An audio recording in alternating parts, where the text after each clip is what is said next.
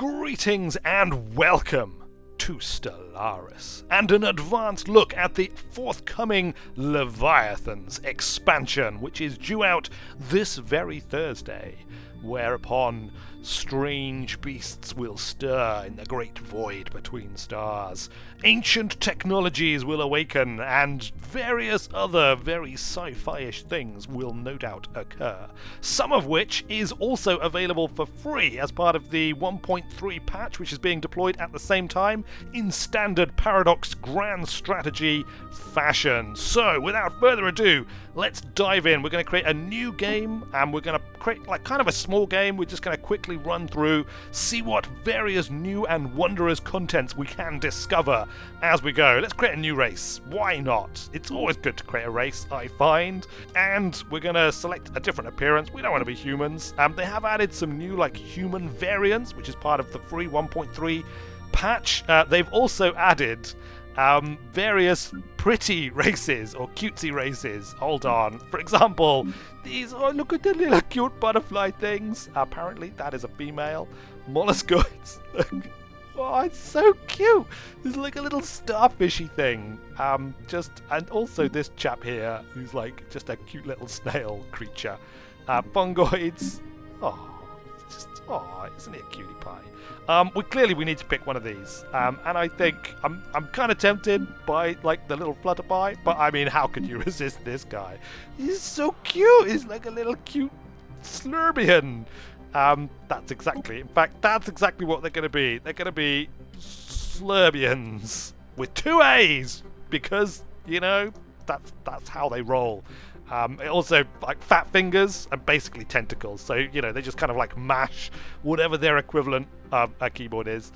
Plural of Slurbian is, of course, Slurbi. Slurbi. And the adjective, Slurbian. Slurbian. Slurbian, Slurbian. Good, that's who we are. It's Slurbians. Arthropods. Do we want to be swarms? We want to be clusters. Clearly we want to be clusters. I think we want to be clusters rather than squadrons. Clusters of starships are us. Starship prefix. Slur. The starship prefix is slur. For example, we could have the Slur Iraxas and the Slur Irilar. Oh, he's so cute. Good. All right, that's what we're going to go for. Pick traits for your species. What works for these fine little fellows? Well, I think they are repugnant. Oh, they're repugnant. The physical appearance and customs of this species are considered offensive to most others. How could you find that offensive? No, that simply cannot be the case. Deviants. Oh, I've already selected it. What is it? These people are rebellious in nature, constantly try to challenge the status quo.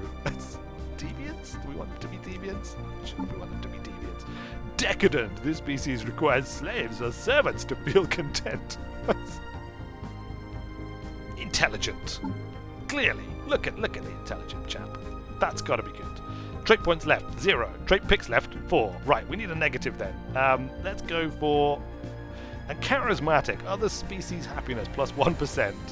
Sure, I mean, that's just charismatic to look at, isn't it? I mean, they may be weak, decadent enslavers of other peoples, but nonetheless, they're very charismatic and just so cute. They're so very cute.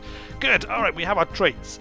Leader, starting leader, Urba, Farah, Bogu, Imdo, Rigu, also, Rima, Ultar, Ikir, Imdo. Let's go with Imdo. That's good. Are you a male or a female, Imdo?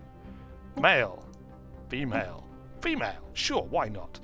Color variants. What color variant? Ooh. Oh, I think Imdo should be like that. Kind of white with pink bits. White with pink extremities. It brings out the patterns on her torso. If that's her torso. Ruler title. Oh. Slurbian, what should the Slurbian ruler title be? Let's go with Slurbiest one. There we go. slurbiest one. The air, who knows? We don't care, apparently, about the air. Next, starting world. Now, this is one of the things that changed in 1.2. Worlds are now categorized into 3 variations, dry, wet, and frozen, and then there are 3 sub-varieties within that, most of which are familiar, but they've added, I think, alpine and another one, savanna, so that each has 3 variations to these types, and this now affects like habitability and whether you can colonize a world and stuff like that, which is, you know, cool. Home world, Sigia? No, it needs to be like Slubaar. And the star is, of course, the slum. The slun is the star, and the home world is Slubaar. Great. Where do we want to come from? Do we want to come from like a savannah world? I think they're more like ocean dwellers, aren't they? Probably. I think they're like ocean dwellers to me. Let's go with that. Ocean world preference. Slubaar, the ocean world. What kind of? I guess maybe like an arthropod city works. Fungoid city. Molluscoid city. Clearly, it's a molluscoid city. Done. What do we want to be? I don't really know. I guess probably militaristic, because, you know, it's always good to just sort of go rampage across the world, especially when you're an ultra cute sort of race like this. And then maybe like individualists, or maybe spiritualists. Maybe like Slurbian spiritualists, maybe. Slurbian individualist. Oh no, let's go with fanatic individualists. We must recognize that society is but a convenient fiction, the byproduct of individuals working towards parallel, overlapping, and contradictory goals, as it should be. The Slurbians, just like vicious, enslaving, decadent individualists, hell-bent on the satisfaction of their weird and perverse desires. That's what we have somehow ended up with. Next, empire name. The Slurbian Empire. Oh, okay. What can we go with here? We want something round. Good. There we go. That's our race.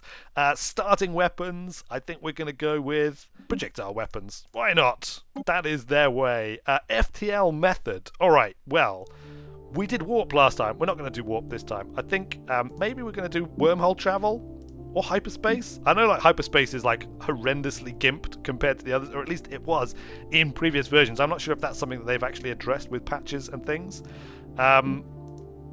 Should we just do... Let's do hyperspace. In fact, you know what? We could restrict everyone to hyperspace travel. That might make for a fun and interesting game mode. Ship appearance. I quite like maybe fungoid ships for these guys. Molluscoid ships. Should we go with fungoid ships for them? That sort of fits their general aesthetic and appearance. Fantastic. All right, done. It's done. Mass driving, hyperspace traveling, fungoid ship piloting, Slurbian Empire. Alright, so we're going to set up just like a fairly small game, I think, to try and give us a chance of playing through it at a reasonable pace. Maybe small or tiny? Small or tiny? Small or tiny? Allowed FTL method we're going to set to hyperdrive only, clustered stars on, advanced neighbors on, endgame crisis on, iron mode off. We're going with tiny, but we'll go with like 125% habitable worlds. We're going to have 4 AI empires, advanced AI starts. That's it. That's what we're going to go for. 150 stars, 150% habitable worlds. It's good. It's going to be like a short game, a short, sharp, fast Stellaris game of the Slurbian Empire as they expand out in a cute and possibly horrendously aggressive fashion. The Slurbian Empire, government indirect democracy, ruler Imdo, the Slurbians. Hyperspace travel, as of course all people are restricted to. In the eons since the first primitive Slurbian communities took shape in the archipelagos and lagoons of Slubaar, we were driven forward by steady scientific progress, and armed conflicts between nation-states became increasingly rare. The framework for a global democratic government was eventually laid, and when the last holdouts voluntarily joined, we stood united as a single nation. Now, after the discovery of the hyperlane network, the finest minds of the Slubaar Empire have finished development of the first hyperdrives. The stars themselves are finally within our grasp. Let's begin! Alright, so, we've got like a tiny galaxy. Look at it, it's a tiny galaxy. We can already see the hyperlanes spread out all over the place, connecting everything together. It's gonna be like, you know, it's gonna be crazy, isn't it? Let's face it, it's definitely gonna be crazy. Where's our science ship? The Leviathans, the science ship commanded by Bogu. Hello, Bogu! Hello! Right, you get out there and begin surveying stuff. In fact, can you just survey the whole system? Survey the system. Good. You engage in that activity. We've got a constructor ship here ready to go. That'll obviously start constructing things once there are things to construct. We've also got the first Navy cluster, which is just a couple of corvettes ready to rock and roll. They have actually rebalanced the military side of the game quite substantially. Corvettes now are more specialized in a sort of close-range anti-capital ship mode. We paused. Let's unpause it and let our science ship do its sciencey stuff. Down on Slubaar, meanwhile, we should probably start building some stuff. We'll get some mines built here. Mining network, yes. Here, we'll get some farms built. Hydroponic farm. Sounds good. In the space station, we should probably begin construction of another corvette, just in case we need a bit more military power. We can also now set rally points. Rally points are central locations for your fleets. New fleets will go to the nearest rally point when built. Rally points on fleets are prioritized over planet ones. So, can we set this as a rally point? Rally point. First Navy cluster. There we go. They are now the rally point. So, even if we like fly this over here or fly it off to some other system, when the ship is built, it will go and join our rally point fleet. The first Navy cluster, and great things will happen at that point, presumably. At least it would if we were in the middle of a great conflict and we were needing to manage our fleets and constructions and other things. Construction complete. Construction complete! The spaceport of Slubaar has finished the construction queue. Okay, thanks, Slubaar construction queue. I don't think we really want to like crank out more stuff. We could build a science ship possibly. Probably what I should have done instead of cranking out a corvette, slightly randomly, but we're lacking 57.96 energies, so we'll have to wait for our energies to rise. Construction queue complete, yeah, that's fine. Of course, we have to start our science. That is extremely important. Uvko, the yellow one, as he is known in research circles, is about to begin researching solar panels, Leviathan power plants and power plant 2. That's a maybe. Deflectors. As we're in a small galaxy, a tiny galaxy, and conflict could come sooner rather than later, let's prioritize some military techs. Military academy, colony ship, propaganda. Let's go with colony ship. Again, small galaxy. We've got to prioritize expansion before other such things. Nanocomposite armor, engineering facilities, army damage modifiers. We'll go for nanocomposite armor. It's a pretty bold early start there, going for assorted protective technologies for our starships. Obviously, we don't trust that the great void of the stars is going to be a safe and benevolent place to go. Potentially habitable worlds. There's my science ship. Still sciencing.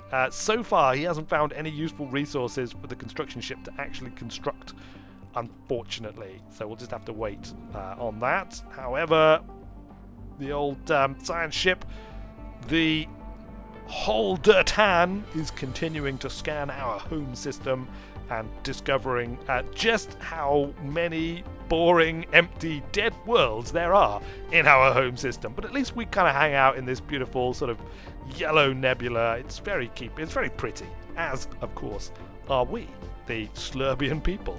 Slubians are renowned for their prettiness. Also, I hear that if you were to lick a Slubian, then, frankly, things would get kind of weird.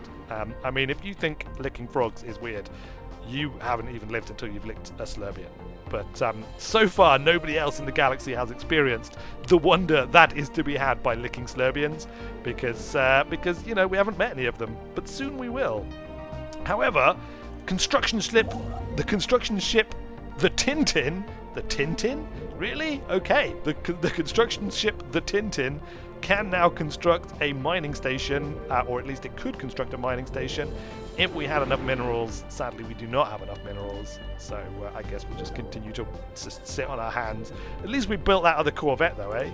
Let's send these Corvettes out to this system to investigate these potentially habitable worlds, because is this the one? Europe 2, a wet climate ocean world. Perfect for Slurbians. I mean, Slurbians, they love a wet world. They absolutely adore it. Also, a molten world, probably not so ideal for the Slurbians. The Slun system has now been fully surveyed. Excellent. Well, let's bring the science ship out here to Europe, and you can survey in Europe. Find what you may here. Are these like black holes? We literally got like 2 black holes, 3 black holes right next to us in galactic terms, and also alien vessels detected on long-range scanners. Those alien vessels. I wonder if they'll be interested in licking us. I mean, this is one of the overriding quests, of course, of the Slurbian people, is to discover other strange new life forms, new life and new civilizations, to boldly allow them to lick us and see what strange psychotropic effects it may have on them. System surveyed, the Slun system, yep, we know. It was literally the only interesting item in the entire system was that one mining outpost that we can build. Wow, the Slur system! Not the best, not the best. But our Corvettes have dispatched, obviously, and our science ship is about to dispatch as well. I think even though the science ship is like flying out here to the opposite side of the system, that's just to engage the hyperspace engines, and actually when it goes, which it's about to go, look, are you ready for this? Are you ready? Are you ready for the science ship? Pow! Off it goes! Arriving into the Europe system in a flash of hyperspace awesomeness, as of course as our Corvette squadron as well, just in case there's some kind of hostiles here. This is not such a... I mean, this is pretty ominous, surrounded by all this like red nebula stuff. Not really the kind of place where a respectable Slurbian would want to shut up shop. But a water world is a water world, so, you know, if that's what has to be, then that's what has to be. Should we, like, crack straight on and just build a colonizer? Oh, we can't yet. We're still researching it. How long have we got to research the colonial ship thing? 52 months. All right. Well, in that case, let's get another science ship out. There we go.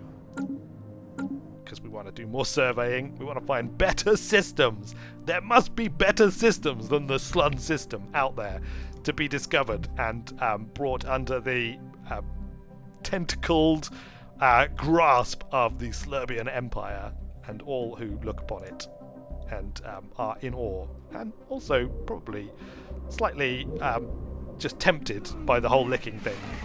The discovery of alien life. The Slur Holder Tan has made a startling find in Europe 1A. The moon is teeming with alien life. For the first time in history, we have encountered life forms that did not originate on Slubaar. Naturally, the captain was curious as to whether they would like to lick him. Reports on whether the licking took place are contradictory. However, this amazing discovery has silenced those who believed we were alone in the universe and would never know the lick of another being. Although none of the alien creatures found on Europe 1A are sentient, they are still probably capable of licking. Certainly tongues are present, as far as we know. It is likely also that it is only a matter of time before we encounter beings that are going to lick us. It looks like Europe 1A, the moon, is also pretty good for energy credits and minerals, which is good. We'll put a mining station down there. Construction complete. Slubaar has finished its surface construction queue. Alright, Slubaar, where are you? Surface construction queue. Is it worth building something now? We could build like an energy credit mine here. Energy credits are definitely going to be something we're going to need. Contact report. simple forms of life. The Slubaarian Empire is abuzz with the news of the alien organisms discovered by the Leviathans some time ago. While far from intelligent, there is life out there. There is life out there. Tongued life, all aplenty. Construction Can't actually complete. afford to build a power plant here, unfortunately. And we're not going to be able to for some time, so we'll just kind of have to hang out for a bit. Construction complete. I think we've got a new science ship. The Slubaar Rises. The Slubaar Rises. Oh, even their names are kind of cute. That's great. Alright, Slubaar Rises, you go and... well, we need a scientist first, naturally, so let's get ourselves a scientist. And it's going to be like a research scientist, a field scientist, rather than a main researching scientist. So we want a scientist, recruit. Ibnah. Rigu. Ibnah.